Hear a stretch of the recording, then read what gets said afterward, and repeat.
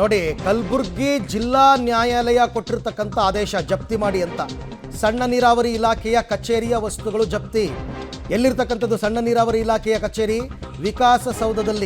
ವಿಕಾಸಸೌಧದಲ್ಲಿರ್ತಕ್ಕಂಥ ಕೊಠಡಿ ಸಂಖ್ಯೆ 208, 219ರಲ್ಲಿ ಈ ಜಪ್ತಿ ಪ್ರಕ್ರಿಯೆಗಳು ನಡೆದಿದೆ. ಏನೇನು? ಪೀಠೋಪಕರಣಗಳು, ಕಂಪ್ಯೂಟರ್ಗಳು ಎಲ್ಲ ಜಪ್ತಿ.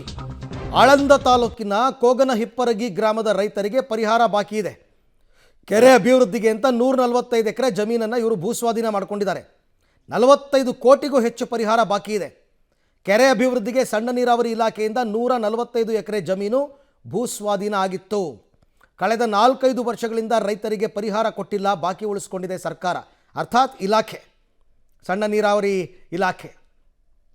ಈ ಸಣ್ಣ ನೀರಾವರಿ ಇಲಾಖೆಯ ಕಚೇರಿಯನ್ನು ಜಪ್ತಿ ಮಾಡಿ ಇವತ್ತು ಪೀಠೋಪಕರಣಗಳನ್ನೆಲ್ಲ, ಬಟ್ ಆದರೂ 45 ಕೋಟಿ ಬೆಲೆ ಬಾಳೋ ಪೀಠೋಪಕರಣ ಏನು ಇರಲ್ಲ ನನ್ನ ಪ್ರಕಾರ ಅಲ್ಲಿ. ಹಾಗೂ ರೈತರಿಗೆ ಲಾಸೇನೆ. ಕೋರ್ಟ್ ಆ ಥರ ಪೀಠೋಪಕರಣಗಳನ್ನ ಜಪ್ತಿ ಮಾಡಿ ಅನ್ನೋದಕ್ಕಿಂತ ಹೆಂಗಾರು ಮಾಡಿ ವಸೂಲಿ ಮಾಡಿಕೊಡ್ಬೇಕಷ್ಟೇ. ಪರಿಹಾರ ಕೊಡಿ ಅಷ್ಟೇ. ಬಟ್ ಇಲ್ಲಿ ಮೈಸೂರಿಗಿಂತ ಅಮೌಂಟ್ ಜಾಸ್ತಿ ಇದೆ, 45 ಕೋಟಿ, 145 ಎಕರೆ ಜಮೀನು. ಕೆರೆ ಹೋಗ್ಯದ್ರಿ ಹೊಲದಾಗ, ಚಿಕ್ಕ 3 ಎಕರೆ 20 ಗುಂಟೆ ರೀ ಕೆರೆ ಹೋಗ್ಯದ್ರಿ. ನೀರು ಅವ್ರು ಆಲ್ರೆಡಿ ನಮ್ಮ ಒಟ್ಟು ಹೊಲ ಹೋಗ್ಯದ್ರಿ. ನಮ್ಗೆ ದುಡ್ಡು ಬಂದಿಲ್ಲ ರೀ. ಒಟ್ಟು ಒಂದು 15 ವರ್ಷ ಆಯ್ತು ರೀ ಸುಮಾರು. ಅದಾಗ ನಮಗೆ ದುಡ್ಡು ಬೇಕಂತ ನಾವು ಆದೇಶ ಮಾಡುತ್ತೇವೆ ಸರ್. ಅವರು 1 ಎಕರೆಗೆ 8 ಲಕ್ಷ ರೀ. ಒಂದು ಭೀ ಬಂದಿಲ್ಲ ರೀ. ಒಟ್ಟು ಪುರಾಣೆ ಹೊಲ ಹೋಗ್ಯಾರ. ಈಗ 15 ವರ್ಷ ಆಯ್ತು ರೀ. ಹಾಂ, ಒಟ್ಟು ದುಡ್ಡು ಬಂದಿಲ್ಲ. ನಮ್ಮ ದುಡ್ಡು ಬೇಕಂತ ನಾವು ಇದು ಮಾಡ್ತೇವೆ ಸರ್. ಅಲ್ಲಿ ಸರ್ ಇಲ್ಲಿ ಸಾಬ್ರದ ಇದನ್ನೇ ಅದ ರೀ. ಅವ್ರು ಸಾಬ್ರ ಅನ್ಕೆ ಅಲ್ಲಿ ಇದು ಮಾಡಿಲ್ಲ ಸರ್. ಇಲ್ಲಿ ನಾವು minor irrigation office, MI office court ಆದೇಶ ಪ್ರಕಾರ ನಾವು ಜಪ್ತಿ ಮಾಡೋಕ್ಕೆ ಬಂದೀವಿ ಸರ್. ಇವರು MI ಆಫೀಸ್ದವರು ಸುಮಾರು 141 ಎಕರೆ ಜಮೀನು ಸ್ವಾಧೀನಪಡಿಸಿಕೊಂಡ್ರೆ ಸರ್. ಆದರೆ ಕೋತನಿಪುರಾಗ Aland taluk sir, Aland taluk Gulbarga district sir. ಹಾಗೆ ಇವ್ರದ್ದೊಂದು ಜಮೀನು ಸರ್, ಇವ್ರದ್ದೊಂದು 3 ಎಕರೆ 20 ಗುಂಟೆ ಕಮಕ್ನೂರು ಸರ್, ಚಿತ್ತಾಪುರ ತಾಲೂಕು. ಈ ಬಗ್ಗೆ ಮತ್ತಷ್ಟು ಮಾಹಿತಿ ನನ್ನ ಕೊಲೀಗ್ ಮಸೂದ್ ಅವರಿಂದ ಪಡ್ಕೊಳ್ಳೋಣ. ಮಸೂದ್, ಈಗ ಇಲಾಖೆಯ ಕಾರ್ಯದರ್ಶಿ ಇದ್ರ ಬಗ್ಗೆ ಏನಾದರೂ ರಿಯಾಕ್ಟ್ ಮಾಡಿದ್ರ? ತೀರಾ ಕೋರ್ಟ್ ಆದೇಶ ಮಾಡಿ ಪೀಠೋಪಕರಣಗಳನ್ನ ಜಪ್ತಿ ಮಾಡ್ತಾರೆ ಅಂತಂದರೆ ಅದು ಕೂಡ ಒಂಥರ ನಾಚಿಕೆ ವಿಚಾರ. ಇದ್ರ ಬಗ್ಗೆ ಏನಾದರೂ ರಿಯಾಕ್ಟ್ ಮಾಡಿದ್ರೆ ಯಾಕೆ ಇಲ್ಲಿ ತನಕ ಪರಿಹಾರ ಕೊಟ್ಟಿಲ್ಲ ಅಂತ? ಅರವಿಂದ್, 2013ರಲ್ಲಿ ಅಲ್ಲಿ ಸಣ್ಣ ನೀರಾವರಿ ಕೆರೆ ಅಭಿವೃದ್ಧಿಗಾಗಿ ಜಮೀನುಗಳನ್ನು ವಶಪಡಿಸ್ಕೊಂಡಿತ್ತು, ರೈತರಿಂದ ವಶಪಡಿಸ್ಕೊಂಡಿತ್ತು. ಒಳ್ಳೆ ಬೆಲೆನೇ ರೈತರಿಗೆ ಘೋಷಣೆ ಮಾಡಲಾಗಿತ್ತು. ಆದರೆ ಪರಿಹಾರ ವಿಳಂಬಾದ ಹಿನ್ನೆಲೆಯಲ್ಲಿ ನ್ಯಾಯಾಲಯಗಳಿಗೆ ಹೋದರು. ಗುಲ್ಬರ್ಗ, ಕೊಪ್ಪಳ, ವಿಜಯಪುರ ಈ ಭಾಗದ ರೈತರು ಬೇರೆ ಬೇರೆ ನ್ಯಾಯಾಲಯಗಳಿಂದಲೂ ಕೂಡ ಆದೇಶ ಬಂದಿದೆ. ಈಗ ಗುಲ್ಬರ್ಗ ಜಿಲ್ಲಾ ನ್ಯಾಯಾಲಯ ಏನಿದೆ ಜಪ್ತಿಗೆ ಆದೇಶ ಮಾಡಿದೆ. ಯಾಕೆಂದರೆ ಕಳೆದ 4-5 ವರ್ಷಗಳಿಂದಲೂ ಕೂಡ ರೈತರು ಕಾನೂನು ಸಂವಹನ ಮಾಡ್ತಾ ಇದ್ದಾರೆ. ಪದೇ ಪದೇ ಆದೇಶ ಮಾಡಿದ್ರು ಕೂಡ ಸಣ್ಣ ನೀರಾವರಿ ಇಲಾಖೆಯಿಂದ ರೈತರಿಗೆ ಪರಿಹಾರ ಹೋಗಿಲ್ಲ.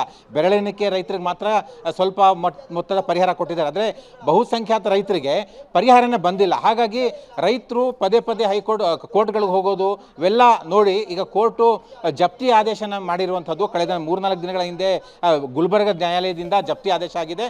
ಆ ಹಿನ್ನೆಲೆಯಲ್ಲೇ ಬೇಲೀಫ್ಗಳನ್ನು ನ್ಯಾಯಾಲಯ ಕೂಡ ಕಳಿಸ್ಕೊಟ್ಟಿರುವಂಥದ್ದು. ರೈತರ ಪರ ಇರುವಂಥ ವಕೀಲರು ಪ್ಲಸ್ ರೈತರು ಇಬ್ಬರು ಕೂಡ ಈಗ ಬಂದಿದ್ದಾರೆ. ಬೇಲೀಫ್ಗಳು ಮಧ್ಯಾಹ್ನನೇ ಬಂದು ಕಚೇರಿಯಲ್ಲಿರುವಂತಹ ಪೀಠೋಪಕರಣಗಳು, ಕಂಪ್ಯೂಟರ್ಗಳು, ಪ್ರಿಂಟರ್ ಮೆಷಿನ್ಗಳು, ಜೆರಾಕ್ಸ್ ಮೆಷಿನ್ಗಳನ್ನು ಕೂಡ ಜೊತೆಗೆ ಹಾರ್ಡ್ ಡಿಸ್ಕ್ಗಳನ್ನು ಸೇರಿಸಿದಂತೆ ಜಪ್ತಿ ಮಾಡಿದ್ದಾರೆ. ಇದನ್ನ ಈಗ ತೆಗೆದುಕೊಂಡು ಹೋಗ್ತಾರೆ ಅಂತ ಕೂಡ ಹೇಳಲಾಗ್ತಿದೆ. ಒಂದು ವೇಳೆ ನಿಗದಿತ ಕಾಲಾವಧಿ ಒಳಗಡೆ ಸಣ್ಣ ನೀರಾವರಿ ಇಲಾಖೆಯಿಂದ ಪರಿಹಾರ ಬರಲಿಲ್ಲ ಅಂದರೆ ಕೋರ್ಟು ಅದನ್ನು ಆಕ್ಷನ್ಗೆ ಇಡುತ್ತೆ. ಹಾಗಾಗಿ ಅದಾಗಬಾರ್ದು ಅಂದರೆ ಆ ಅವಧಿ ಏನಿದೆ ಗಡುವಿನೊಳಗೆ ಇಲಾಖೆಯಿಂದ ಪರಿಹಾರ ಬಿಡುಗಡೆ ಆಗಬೇಕು. ಆದರೆ ಇಲ್ಲೇನು ಚರ್ಚೆ ಆಗ್ತಿದೆ ಅಂದರೆ ಕಳೆದ 4-5 ವರ್ಷಗಳಿಂದ ಪರಿಹಾರ ವಿಳಂಬ ಮಾಡಿದೆ. 10 ವರ್ಷಗಳ ಹಿಂದೆ ಭೂಸ್ವಾಧೀನ ಮಾಡ್ಕೊಂಡಿರುವಂಥದ್ದು. ಎಲ್ಲ ಒಂದು ಕಡೆ ಗ್ಯಾರಂಟಿಗಳ ಬಿಸಿ ಇಲಾಖೆಗಳಿಗೂ ತಟ್ಟಿದೆಯಾ, ರೈತರಿಗೂ ಕೂಡ ಪರಿಹಾರ ಕೊಡಲಾಗದಷ್ಟು ಸರ್ಕಾರ ಆರ್ಥಿಕ ಹೊಡೆತ ಬೀಳ್ತಾ ಇದೆ ಸರ್ಕಾರಕ್ಕೆ ಅನ್ನುವಂಥ ಚರ್ಚೆಗಳು ನಡೀತಾ ಇರುವಂಥದ್ದು. ಇದನ್ನ ನೋಡ್ತಾ ಇದ್ರೆ ಎಲ್ಲ ಒಂದು ಕಡೆ ಹಾಗೆ ಅನಿಸ್ತಾ ಇದೆ. ಗ್ಯಾರಂಟಿಗಳಿಂದ ಬೇರೆ ಬೇರೆ ಅಭಿವೃದ್ಧಿಗೆ ಈಗಾಗಲೇ ತೊಡಕಾಗಿದೆ. ಈಗ ರೈತರಿಗೂ ಕೂಡ ಪರಿಹಾರ ಕೊಡದೇನೆ ಸರ್ಕಾರ ಸಮಸ್ಯೆ ಹೊಡ್ತಾ ಇದೆ ಅನ್ನುವಂಥದ್ದು ಕೂಡ ಇಲ್ಲಿ ಚರ್ಚೆ ಆಗ್ತಾ ಇರುವಂಥದ್ದು. ಈಗಲಾದರೂ ಪರಿಹಾರ ಕೊಡುತ್ತಾ ಅನ್ನುವಂಥದ್ದು. ಇಲಾಖೆ ಸಚಿವರಾಗಿರುವಂತಹ ಬೋಸರಾಜು ಅವರು ಇವತ್ತು ಬಂದಿಲ್ಲ. ಇಲಾಖೆ ಅಧಿಕಾರಿಗಳು ಮಾತನಾಡೋದಕ್ಕೆ ಹಿಂಜರಿದಿದ್ದಾರೆ. ಹಾಗಾಗಿ ಎಲ್ಲೋ ಒಂದು ಕಡೆ ಹಣಕಾಸಿನ ಮುಗ್ಗಟ್ಟಿನ ಹಿನ್ನೆಲೆಯಲ್ಲಿ ರೈತರಿಗೆ ಪರಿಹಾರ ಆಗಿಲ್ಲ. ಕೋರ್ಟೇ ಮಧ್ಯಪ್ರವೇಶ ಮಾಡಿದ್ರು ಕೂಡ ಪರಿಹಾರ ಬಿಡುಗಡೆ ಮಾಡೋಕ್ಕಾಗ್ತಾ ಇಲ್ಲ ಸಣ್ಣ ನೀರಾವರಿ ಇಲಾಖೆಗೆ ಅನ್ನುವಂಥದ್ದು. ಈಗ ಏನಾಗುತ್ತೋ ಮುಂದೆ ಅನ್ನುವಂಥದ್ದು ನೋಡಬೇಕಾಗಿದೆ. Arvind, right, thank you Masood, ತಮ್ಮೆಲ್ಲ ಮಾಹಿತಿಗಾಗಿ ಧನ್ಯವಾದ. ಆಯ್ತಪ್ಪ, ಈಗೇನೋ ಗ್ಯಾರಂಟಿ ಯೋಜನೆಗಳು ಬಂತು, ದುಡ್ಡಿಲ್ಲ, ಕೊಡೋಕ್ಕಾಗಿಲ್ಲ. ಬಟ್ ಇದು 13-14 ವರ್ಷದ ಹಿಂದಿಂದಲ್ವಾ? ಹಳೆ ಸರ್ಕಾರಗಳೇನು ಮಾಡ್ತಾ ಇದ್ವು? ಆಗ್ಯಾಕೆ ಪರಿಹಾರ ಕೊಟ್ಟಿಲ್ಲ ಅಂತನೂ ಪ್ರಶ್ನೆ ಅಲ್ವಾ?